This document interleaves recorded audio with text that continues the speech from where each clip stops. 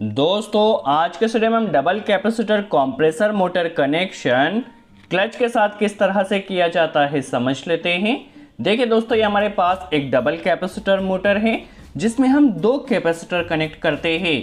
देखिए ये पहला जो कैपेसिटर है ये स्टार्टिंग कैपेसिटर है। ठीक है, दो कैपेसिटर हम यहाँ पर लगा रहे हैं, हमारे पास कम रेटिंग के हैं। 80-100 के दो कैपेसिटर हमने लगाए हैं जो कि स्टार्टिंग कैपेसिटर है। ठीक है, और सेकंड जो कैपेसिटर है ये 20 माइक्रोफेरेड या 20 माइक्रोफेरेड का है रनिंग कैपेसिटर। रनिंग कैपेसिटर हमेशा रनिंग में रहता है। ठीक है, इसमें आपको 6 वायर्स इस तरह से मिल जाते हैं। सबसे पहले हम वायर की पहचान कर लेते हैं। तो दोस्तों जो दो आपके पास मोटे वायर हो गए या कड़क वायर हो गए, यह रनिंग वाइंडिंग के वायर होते हैं। यह दो आपको पतले वायर जो नजर आ रहे हैं ये स्टार्टिंग वाइंडिंग के वायर है, और ये जो दो वायर आपको नजर आ रहे हैं ये क्लच के वायर है। देखिए क्लच के दो वायर आते हैं, तो टोटल 6 वायर आपके पास मोटर टर्मिनल पर आते हैं। इनका कनेक्शन किस तरह से किया जाएगा हम समझ लेते हैं। सबसे पहले देखिए हमें यहाँ पर जो स्टार्टिंग कैपेसिटर इन्हें हमने पैरेलल में कनेक्ट कर लिया है दोनों ही कैपेसिटर को। चलिए स्टार्टिंग कैपेसिटर को सिंगल बना लिया है। अब हमें क्या करना है, एक स्टार्टिंग वाइंडिंग का वायर, देखिए ये पतला वायर, और एक रनिंग वाइंडिंग का वायर।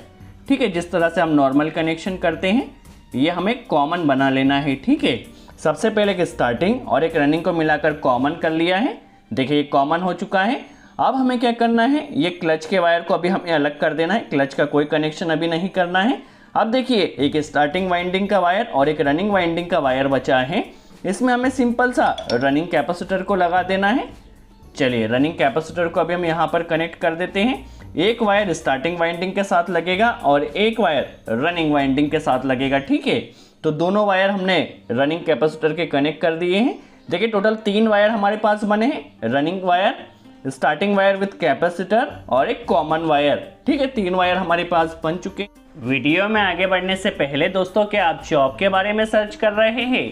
यदि जॉब के बारे में सर्च कर रहे हैं तो अनअकैडमी लेकर आया है latest YouTube channel engineering jobs bye Unacademy, जिस पर आपको डेली बेसिस पर जॉब्स के रिलेटेड इन्फॉर्मेशन तो मिलती ही है, साथ ही साथ कई बेस्ट सॉफ्टवेयर्स जिस पर आपको एकदम फ्री ट्रेनिंग्स मिलती है, जैसे कि ऑटोकेड, मैटलैब, सॉलिडवर्क्स एंड एनसिस। साथ ही साथ कई तरह के स्किल्स भी सिखाई जाती है, जैसे कि लिंक्डइन आईडी किस तरह से बनाई जाती है, इंटरव्यू प्रिपरेशंस कराई जाती है, साथ ही साथ ड्रोन्स किस तरह से बनाए जाते हैं एंड व्हीकल टीयर डाउन से रिलेटेड भी आपको इन्फॉर्मेशन एकदम फ्री ऑफ कॉस्ट मिलती रहती है।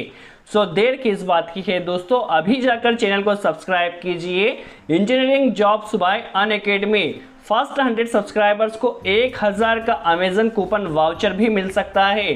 सो देर किस बात की है दोस्तों, अभी जाकर चैनल को सब्सक्राइब कीजिए, लिंक डिस्क्रिप्शन में दी गई है। चलिए अब हमारे टॉपिक पर आते हैं। अभी हमें क्या करना है, स्टार्टिंग कैपेसिटर का कनेक्शन करना है। तो स्टार्टिंग कैपेसिटर जो रनिंग वाइंडिंग का वायर कैपेसिटर के साथ है उसके साथ आपको लगाना है। ठीक है, यहाँ से स्टार्टिंग कैपेसिटर में सप्लाई आएगी। ठीक है, रनिंग वाइंडिंग के साथ हमने कैपेसिटर लगा दिया स्टार्टिंग वाइंडिंग का।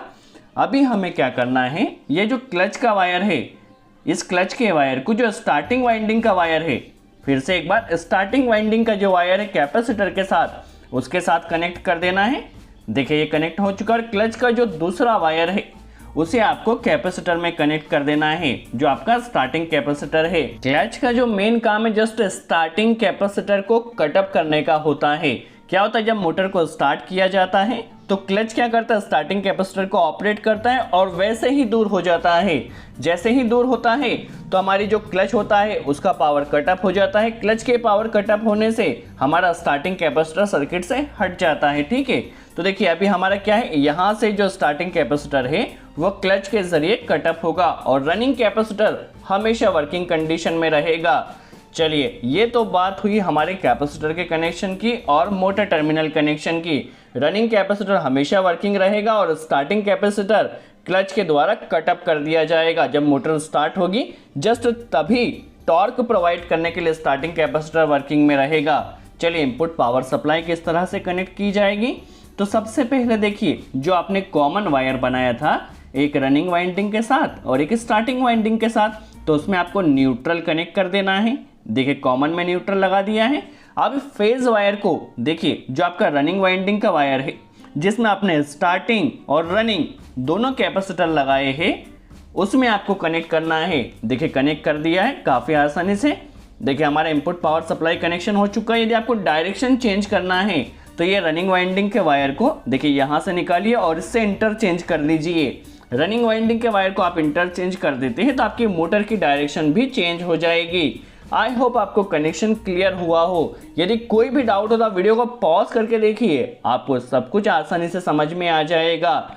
चलिए अब हम क्या काम करते हैं, मोटर को रन कर देख लेते हैं। देखिए बैक कवर हमने निकाल दिया है ताकि पीछे की साइड से भी आपको क्लियर नज़र आता रहे। देखिए हमारी जो मोटर है वो एकदम परफेक्टली वर्क कर रही है। तो इस तरह से आप double capacitor compressor motor complete connection कर सकते हैं। सो आज के लिए इतना ही। Thanks friend.